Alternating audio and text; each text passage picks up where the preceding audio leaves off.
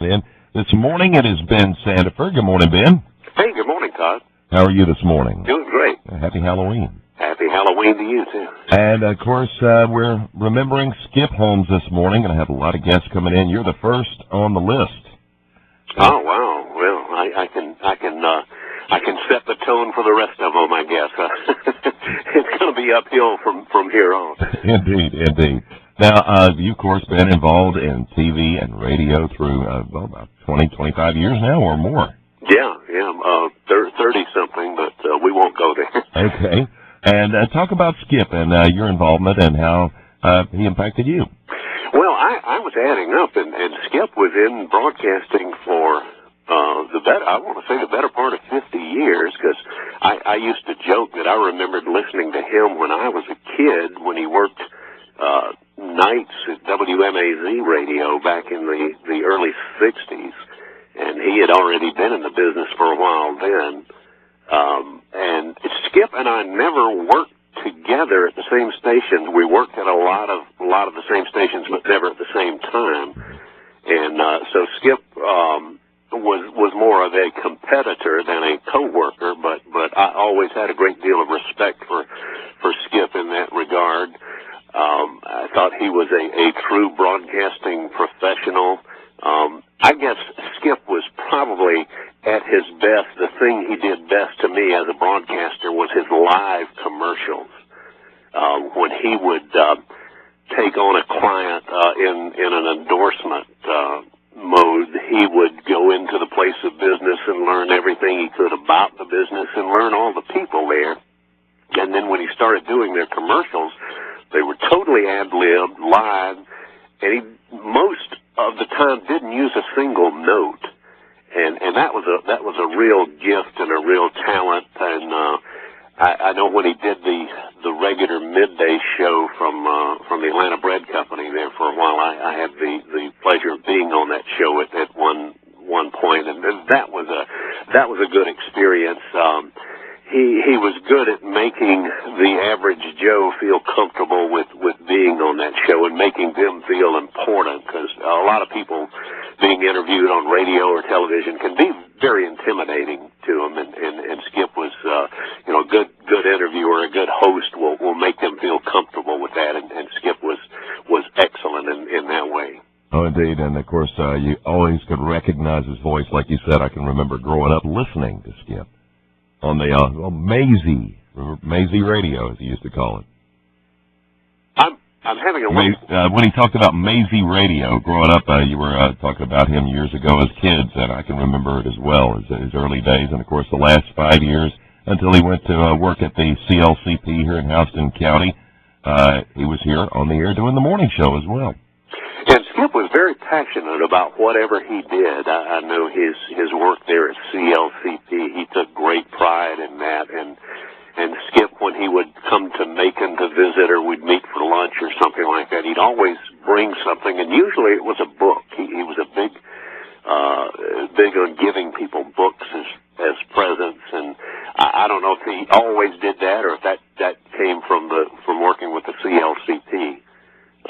But Skip was a very generous guy and very opinionated, and we had a lot of disagreements over things, but we always came away as friends, and he would listen to other people.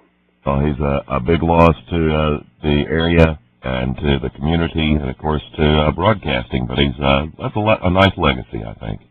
Yeah, I think so. And I had not learned until recent years. Well, Skip and I became close friends in the last few years. He had started coming to the church in Macon that I attend occasionally, and we got to know each other on that level as well. But I didn't know that he had worked in Miami, and a lot of his style, the live commercials that I mentioned, and the interview techniques, he learned a lot of that when he was very young, working with a guy named Larry King, who was in Miami at the time. Larry King, okay. Yeah. I think everybody knows who that is. Oh, yeah.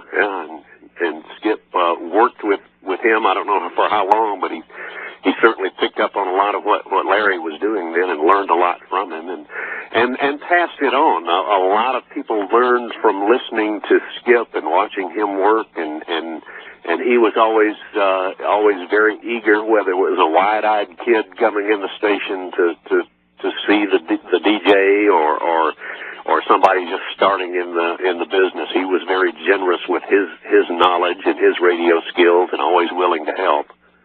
Oh yes, a great guy and a tremendous loss, but he'll long be remembered. He really will.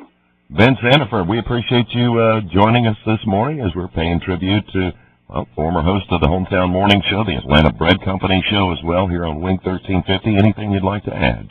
Well, I appreciate you doing this. This is a very nice tribute, and I'm sure you're going to have a lot of the community leaders there calling in or coming in the station, because Skip really loved that community, Warner Robins, as well as Macon. But Warner Robins was home for him since high school, I guess. Mm-hmm. And he really loved that community, loved what he did, and the people there. Yeah, he went to Warner Robins High School and played basketball there. He was a demon on the basketball team. Well, I can see that. Skip was very tall and probably was very good at that. Indeed. Probably as good as he was at broadcasting. And my wife even liked him, and she was a Northside Eagle, so that rivalry and that school spirit is forever. But she and Skip got along, even though they were at the two rival schools there. It says a lot, doesn't it? It really does. Hey, Ben Sandifer, thank you for joining us on the Hometown Morning Show. Got to do a little bit of business, but we appreciate you being in here on our tribute show to Skip Holmes. Well, thanks for having me. We appreciate you, and thank you for listening to Wing 1350. Good morning. Folks, I'm Bob Watson, and you need to come on down to Bojangles and have a delicious homemade buttermilk biscuit. I've tried it, and I like it. So you go try it, and you... Apply online today. Middle Georgia Technical College. Your future is our business. Wing 1350 WNNG, it's the Hometown Morning Show, and I'm Todd Wilson. 56 degrees, partly cloudy in the International City, and we're spending time remembering the legacy of Skip Holmes, longtime radio personality, and, of course, greatly involved in the community. And a couple of folks who know all about that, Joyce Hutcherson and Marcia Brazel. Marcia's with the CVB, and Joyce is coordinator at the Senior Center. Ladies, good morning. Good morning. How are you doing? I'm doing fantastic. We wouldn't get up this early for anybody but Skip Holmes. Well, and for you and Wing Radio. Well, thank you. Thank you so much for being here, and we certainly appreciate you. Let's talk about Skip. Tell us what your impressions and involvement with Skip was. Well, Joyce, you've known him longer than I have, I think. I met Skip through WCOP Christian Radio, which is where I worked previously, and they were bought out by WNNG, and so I met Skip through that transition period. And he and I just became fast friends. I think our love for radio was a common bond that we shared, and then our love for the city of Warner Robins. He was very much a lover of this city and did a lot of behind-the-scenes things to support our city. Absolutely, and that's how I met him, because I work at the Convention and Visitors Bureau, and part of our office, the next office over, is Keep Warner Robins Beautiful, and Skip came down and wanted to know if we needed any public service announcements being made, and yes, we do, and we just greatly appreciate, and then we just became great friends. That he would do the PSAs, and we would send our volunteers down, they would do the PSAs. Then the next thing you knew, he was asking Joyce and I to help he and Joe with the Christmas parade, and then that morphed into the Atlanta Bread Company radio show every Monday morning I did with him for a year, which was wonderful. And over time, I just feel like he was my big brother, which is a good thing, but that can be a bad thing too. Wouldn't you say he was just a great communicator? I mean, Ben Sandifer earlier was saying one of my vivid memories that when Skip hooked on to you, if you owned a business, he was amazing in delivering commercials, and it was all off the top of his head and from the heart. He knew you, he got to know you, and I mean, we're just going to miss him. There just isn't someone like him around anymore. He just was the old world of radio. Yes, brought her to Warner Robins. One of the things that I loved about Skip too was he would just show up. Several times a week he would just show up in my office, and he always brought pastries from Catherine's Bakery. Yeah. Of course, everybody on our staff loved that, and he would just come in and sit, but his purpose for coming was, how are you doing? Yeah. What can I do to serve you? How can I help you? What's going on in your life that I can pray for you or I can help you with? And then he would tell us about things that were going on in his life as well. And so it had developed into quite a friendship. Exactly. And he always loved a good, he loved a good joke, he loved a bad joke. Yeah, I've heard so many bad jokes from that guy. And sadly enough, on Thursday, I sent him a joke that my brother had emailed to me, and I thought, Skip's going to love this one. So I guess he didn't get to see it. I don't know, or to read it. But he is just a treasure. In my scrapbook of life, he is right. He filled many, many, many pages. I just love the man, and like I said, I just feel like he's a big brother to me. So another fond memory that I have of Skip is that I do several large events throughout the year for my senior community, and he was always an integral part of that. He would be my DJ. He had the most vast assortment of music. Yes. I mean, thousands and thousands of records and CDs and tapes, and you could say, Skip, do you have this? Oh, yes. And not did he just have it, but he could tell you the history of that song, who sang it, when they sang it, if it was on the top 10 chart. I mean, he was a walking encyclopedia of music history. And my seniors loved him. I mean, they would listen and they would say, Skip coming? Can we have Skip back soon?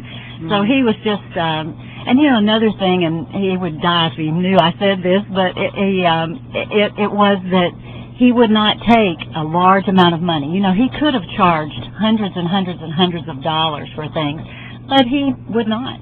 He would not do that. He just wanted enough to cover his expenses, right. And a lot of times he was giving back in the money. He would give back to other community projects and things. So he was a very unselfish man. One of the, you know, you're saying that makes me think this summer during the horrible fires, House and Arts Alliance had a gosh, what did we call it? It was an extravaganza Saturday. It's kind of like an open house, and we had it at Macon State College. He did not DJ, but he hosted. He was the MC for the event. And with all the children running around dancing, he and I were in the stage area with the performing arts. We were there all day long. He was just, you know, ordinarily, if you know Skip, you don't really associate him with little children. But he was so great with all those kids, and he had something to say because there was a lot of downtime getting the kids organized in the backstage, and he just was a font of information. You're absolutely right with the music and everything, and he donated his time. I think we will never know how much he gave behind the scenes. He's just one of those people. He would kind of tell you, well, that's a group that I'm going to support, and who knows how much he gave to them. But he just was, we're going to miss him. This is going to be a huge void in our lives in Middle Georgia without Skip. It really is. I'm going to miss him. Another aspect of Skip's life that I really grew to appreciate greatly was that he was a Christian man. Mm-hmm. And I know that from listening to him talk, he told me his story of how he was an alcoholic for many years, how he accepted Christ as his Savior. It totally transformed and changed his life. And he was a work in progress. We all have rough edges still, you know. Indeed. But he would agree with that. He would. Absolutely. He would. We talked about it all the time. But he would call me and he would say, or he would email me, I guess, more than even call or come by and say, I just found out that there is a family that has a tremendous need. They've been diagnosed with cancer, or they have lost a loved one, or they are in financial straits. Would you pray for them, or could you help me support them? Could you give some money toward helping support them? Mm-hmm. And it was all done out of a loving heart. And you could see a transformed life. And I think that was another aspect of Skip that I grew to appreciate, was that he had been transformed by Christ into a man who was a tender-hearted man, as opposed to a selfish man that he himself said about himself, when he talked to me about himself. And so it was just a beautiful picture to see somebody totally changed and going from being selfish to being giving. Yes, he communicated that. That's so funny you should mention that. Just 2 weeks ago, he called me up. He had a way with words. Obviously, he was the best communicator. Do you know that he was a National Merit Scholar in high school, by the way? Wow. But anyway, he was calling me up. He said, I've got to read you this. He was really put out with somebody, and I cannot, we don't want him put out with us, because he was highly opinionated. Ben Standifer talked about that. He did not mind speaking his heart, which is a good thing, and his mind. But anyway, he was put out with someone who did not agree with, a single older person who did not agree with paying taxes to support the school system. Well, he wrote this diatribe, and he said, what do you think? I said, well, I think you nailed it pretty well, and have you already sent? Yeah, I already sent it to him. It was pretty strong. I said, well, not that I want to say we're our brother's keeper. That was the wrong thing to say. He jumped right in. He said, yes, we are. That is exactly what we're here for. We are our brother's keeper. And so I got my lesson, my daily lesson, because we communicated. Hundreds of people could say that they heard from Skip every day. I'm one of them, and I'm just so blessed to be in that category of having heard from him one way or the other. Same way, you always got 3 to 8 emails every day, and if you're lucky, you've also got a phone call. And if you're really lucky, you got a pastry and a book too. Because not a month ago, during the CLCP Les Still Band concert at the Civic Center, it just happened to be my mom's birthday. He had never met my mom, other than my communicating to him what she's like and her loves and all that kind of stuff. Well, she really is steeped in the World War II era because my dad was a B-17 pilot. He comes up with a fabulous book of love letters from a Navy couple back during World War II. I mean, forget the cake, forget the dinner, forget the concert. The book was all that she cared about. It was a treasure to her, and I told him that the following week. So that's the kind of guy he was. Right. He might not know anybody, but he listened.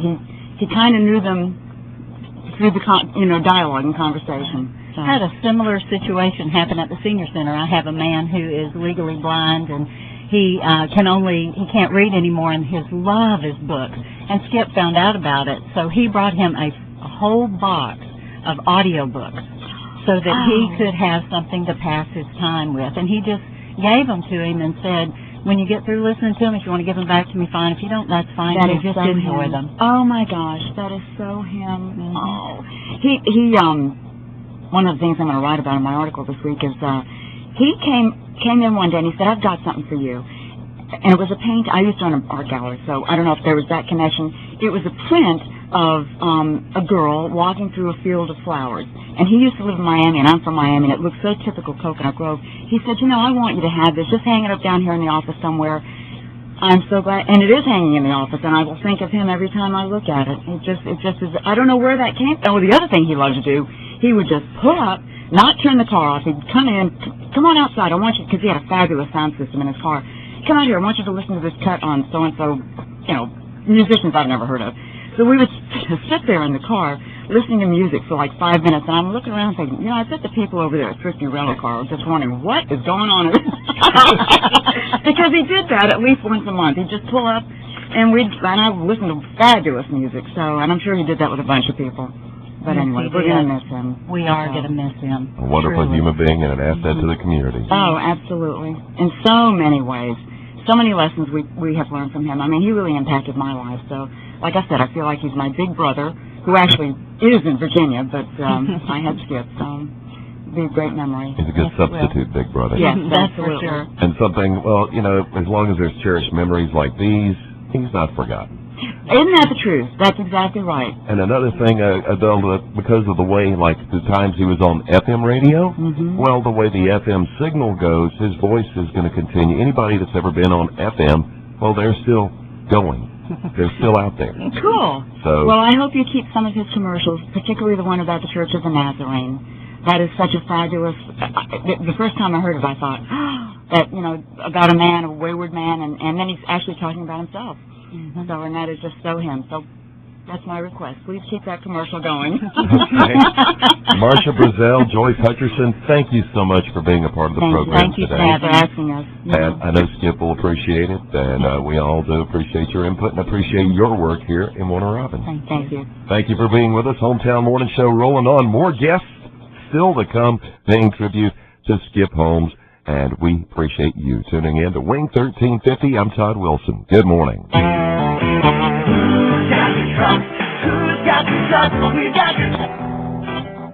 Wing 1350, WNNG, Little Red Riding Hood. Kind of a Halloween-flavored song. And joining us now in our tribute to Skip Holmes is Mary Therese Tebby. Good morning, Mary Therese. Good morning. Thank you for being with us. Thank you for having me here. And like Marcia, I don't get up this early for just anybody. So well, God bless you. Appreciate you being here. I'm just teasing. You guys know I'm always here for you, and most definitely for Skip. And of course, you're very involved now in the community 20th Century Partnership. Absolutely. Real quick, how's things going? Things are going very well. We're very busy, which is a good thing.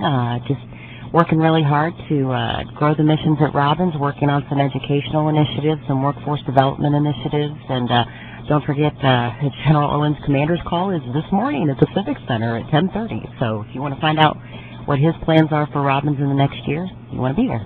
Okay, and Operation Season's Greeting is coming. Oh, that's 3 weeks away, and I got to tell you, one of my biggest supporters for that always was Skip Holmes. I mean, I feel like the rest of the community that I lost a friend, and I'm sad about that, but I'm also sad that we lost a community soldier for the Air Force and for the military, because you know what? Skip Holmes got it. He got it.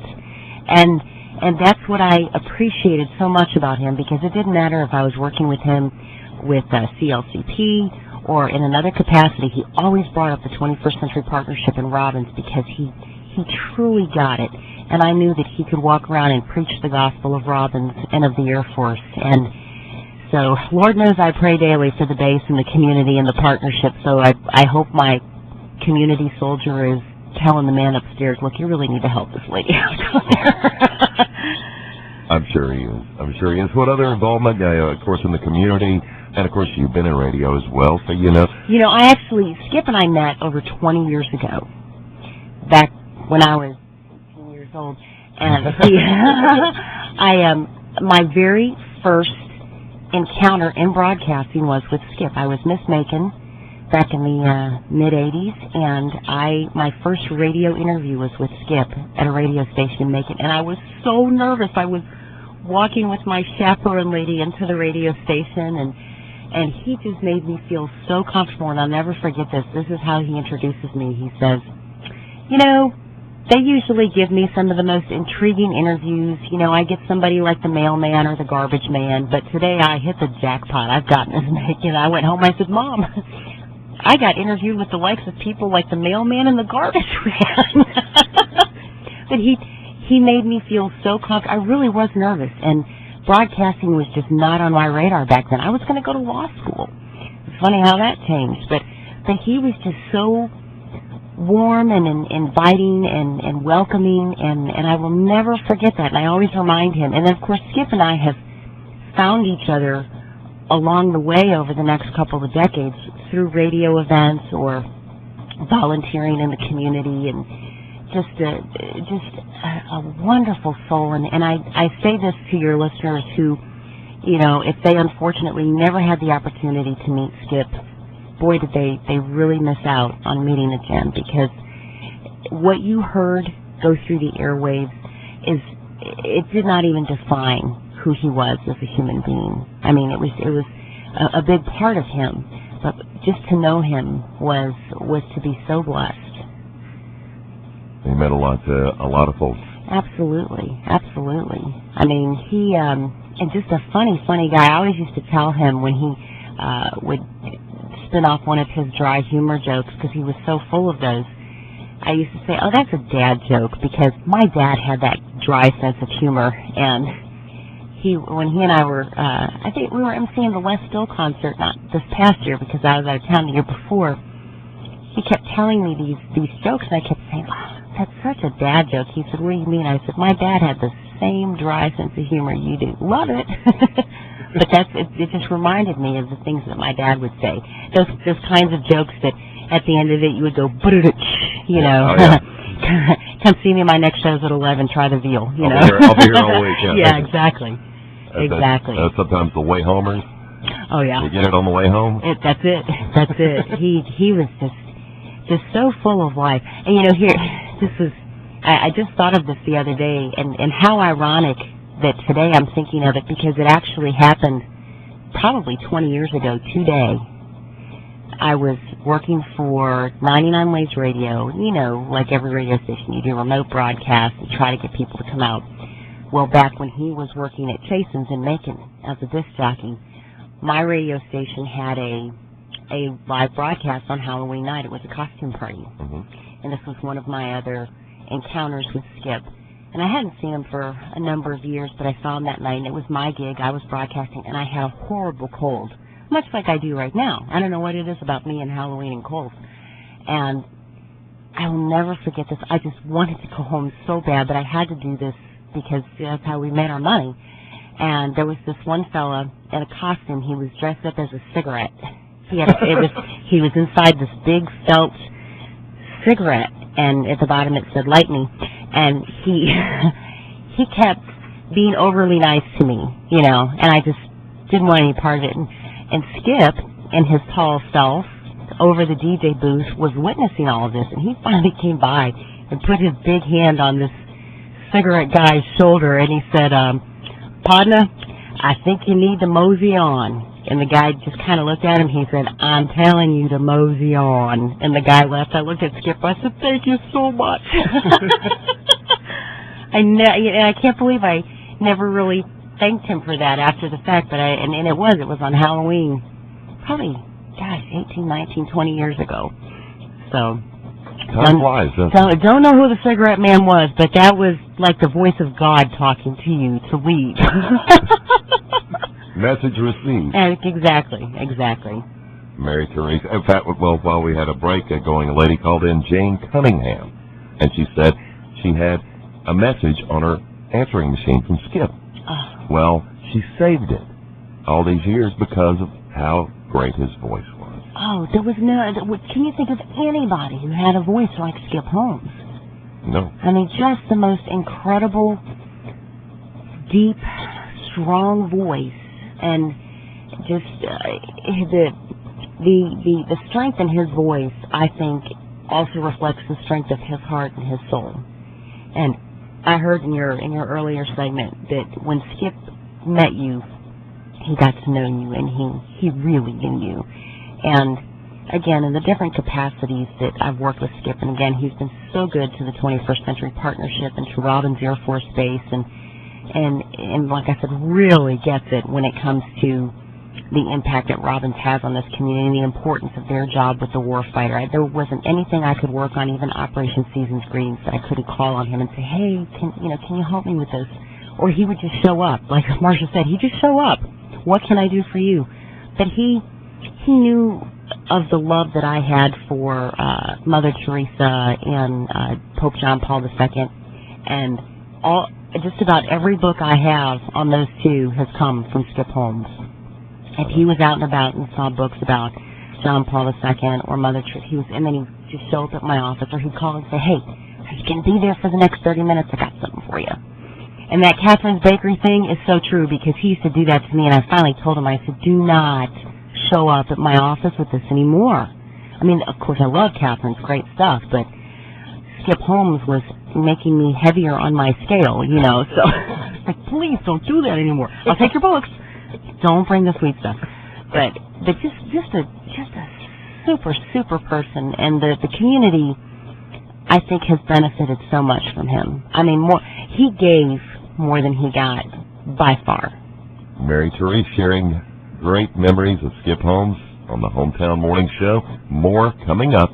Got Fox News update for you right now, 8 o'clock at WNNG, Warner Robins. First verdicts are coming in the deadly Madrid train bombings trial, and Fox News Radio's Alistair Wanklin. On this Halloween, October the 31st, and that was Lobo, me, and you, and a dog named Boo. Kind of a Halloween-flavored song. And joining us now as we're paying tribute to Skip Holmes is a legendary voice in the Mid-State and Broadcasting from TV and radio, Don King. Good morning, Don. Well, good morning. How are you today, sir? Well, I'm fine. Saddened by Skip's passing, though. It's so surprising.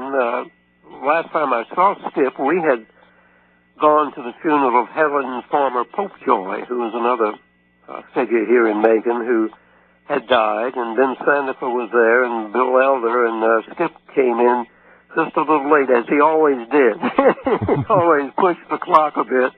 But he came in, and we went and had lunch together at a restaurant in Macon, and it was an enjoyable time. But Skip was unique and one of those radio people that I think he always had the radio in his blood somewhere. It gets in your system, doesn't it?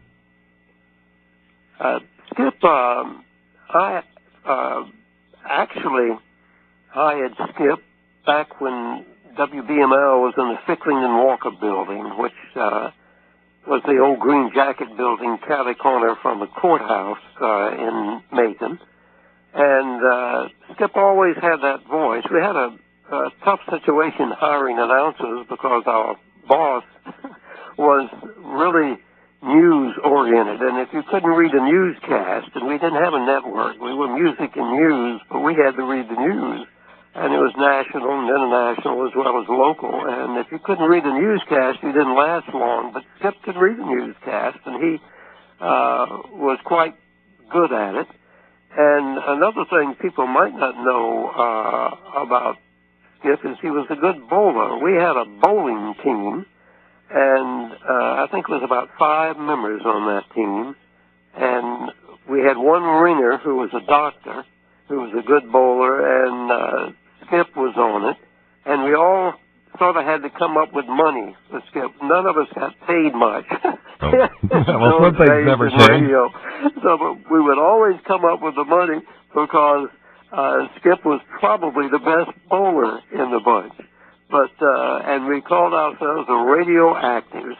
So radio's improved since our days in it, I guess.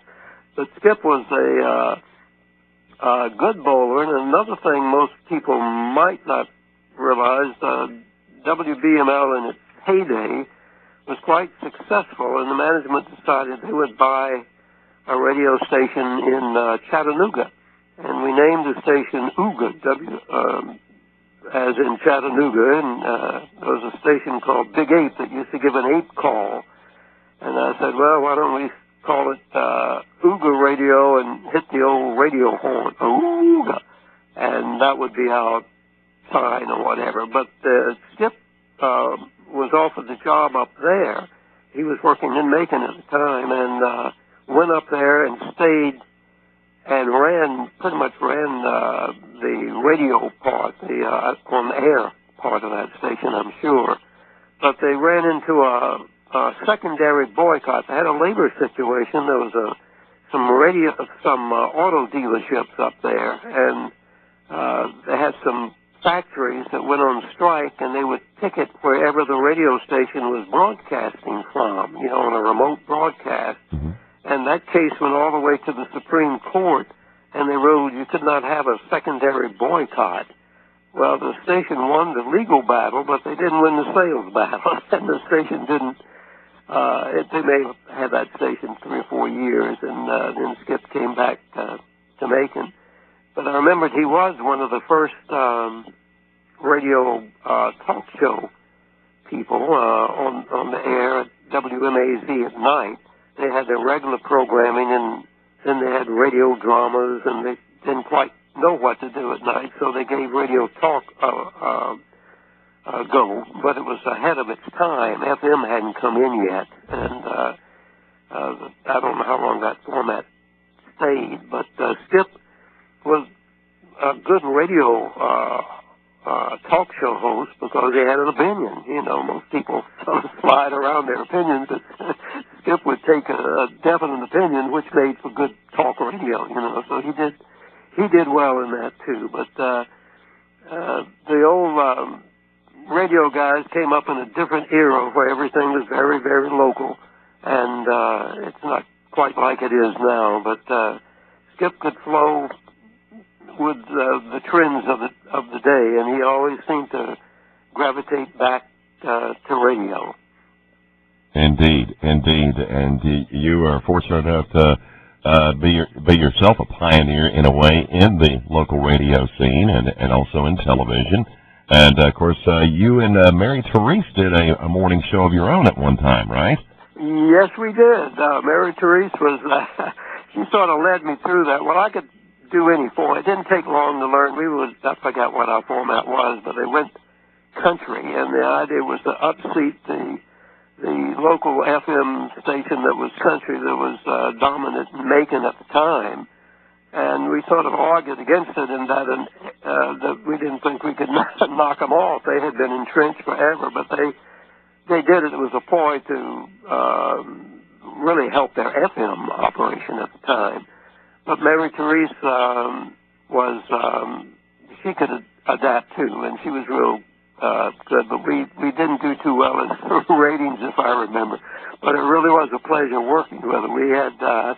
Pryor and Mary Therese and I did the show. She sort of drove the show, as they said it. She picked out, handled the music. We had the playlist and all. So I know I've always said this about Mary Therese. She really worked hard for that station. She came in as a teenager practically, and they had a lot of personal appearance type things, and she was always there.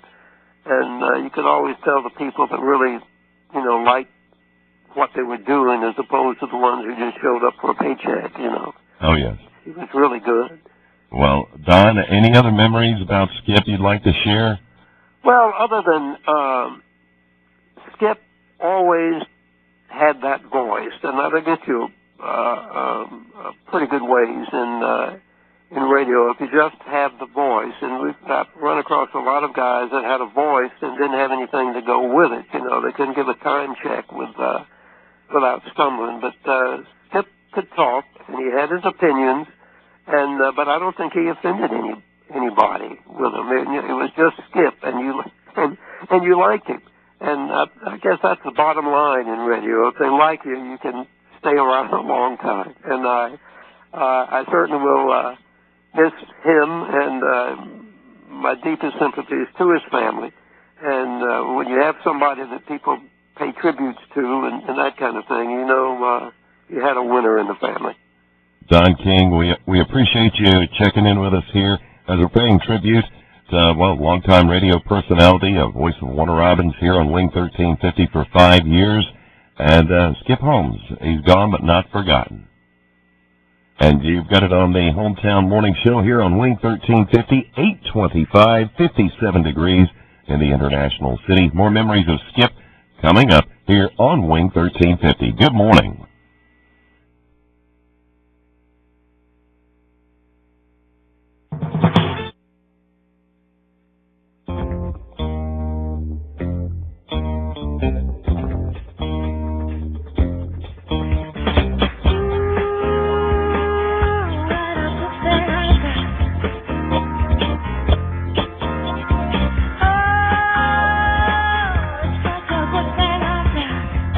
NNG, the Hometown Morning Show, rolling on as we're paying tribute to Skip Holmes. A little Halloween flavor song there, Chains by the Cookies. And joining us now as we're paying tribute to Skip is, an old radio partner of Skip's on talk radio from, back in the 1970s. Of course, folks will remember you as former Macon Mayor Ronnie Thompson. Good morning, Mayor. Good morning. How are you today, sir? Doing great. Hope you are. Doing well. Wonderful Wednesdays. We're finishing out October and sharing a lot of great memories of Skip Holmes. Talk about your days of Skip, and what station were you and Skip working at? WCRY. WCRY. And this would have been back in the late 1970s, correct? This was in 1976.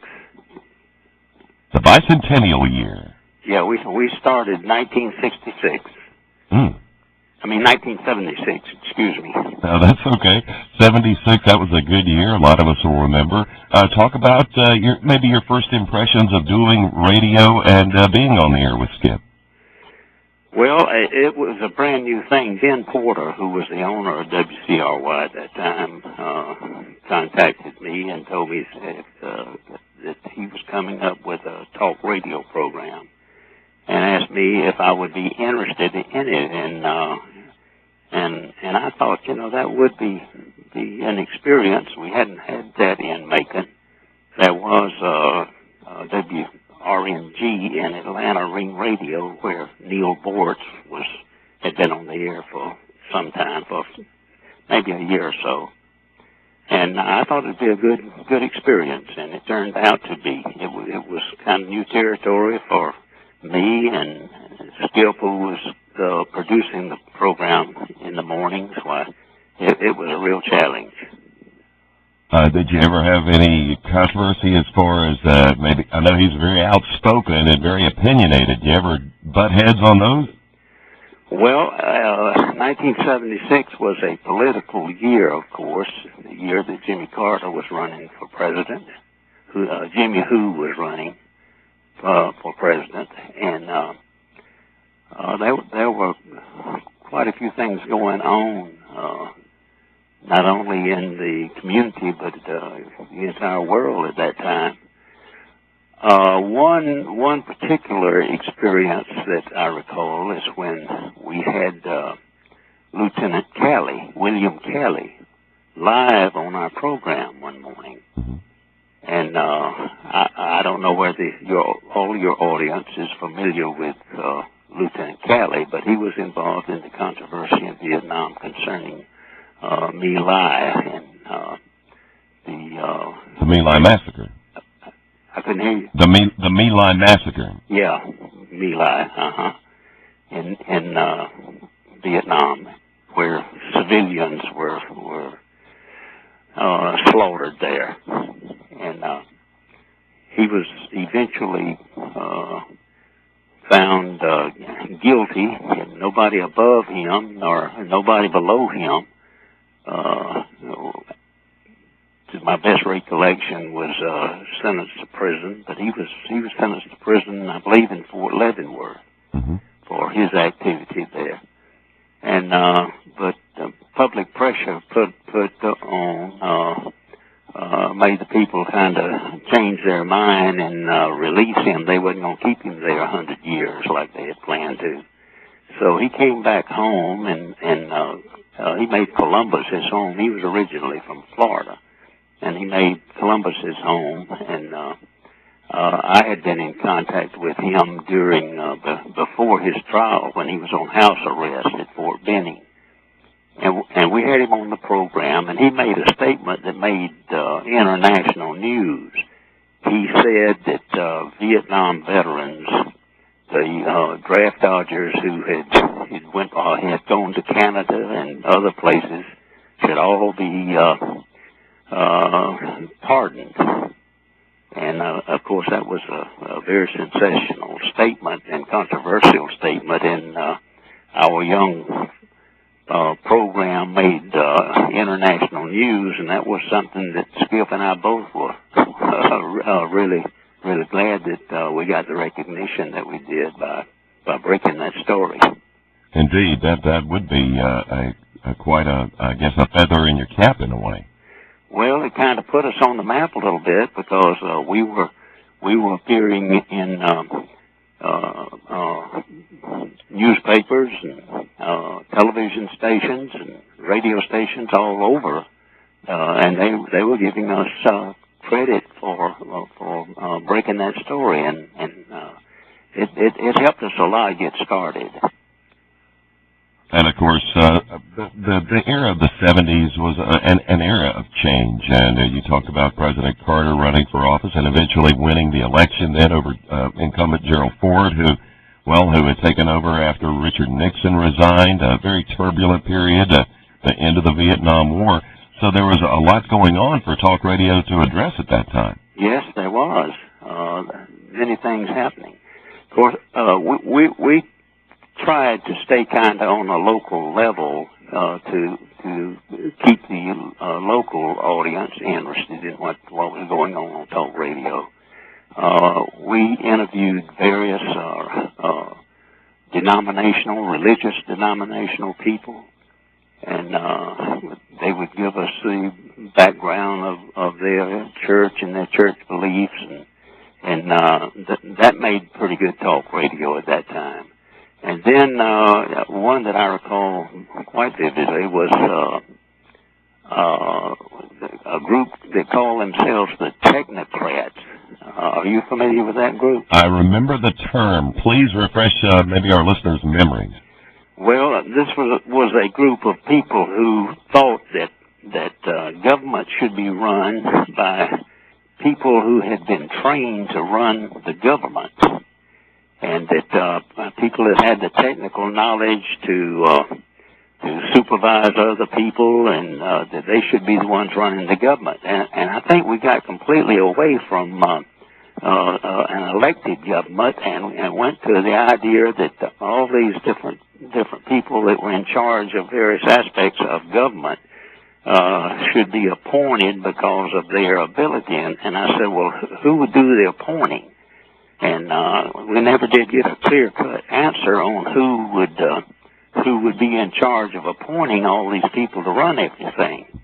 But they just felt like that since the world was so involved in science and technology, the people that had the adequate education in various fields should be running everything. But it made an interesting talk radio, but we never did find out who was going to be doing the appointing. How about that? Any other memories that stand out in your mind about Skip or your time with him in talk radio? Well, as you know, Skip was a very personable guy and an opinionated person himself. And even though he was the producer and ran the board every morning, well, he whenever he felt like it, well, he injected himself into what was going on with the topic, and he came up with some pretty good ideas, and it was always interesting to hear what he had to say about various issues. And I enjoyed very much working with him. He was a real experience. The former Macon mayor and former talk radio host with Skip Holmes, Ronnie Thompson, I really appreciate you taking the time out to be with us here on the Tribute Show on the Hometown Morning Show today. Well, I've enjoyed it very much, and I appreciate you asking me. Well, I hope we can maybe have you come back and maybe we can talk politics or history or a whole bunch of other issues. Okay, just let me know here. God bless you. We appreciate that. Thank you very much. Thank you so much. Ronnie Thompson with us on the Hometown Morning Show here on Wing 1350 as we're paying tribute to Skip Holmes, and longtime voice here on Wing 1350 and multiple radio stations in Middle Georgia.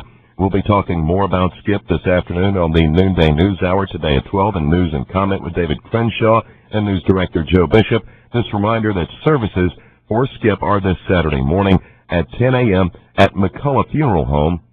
And we got a little left in the tank here on your Hometown Morning Show, so keep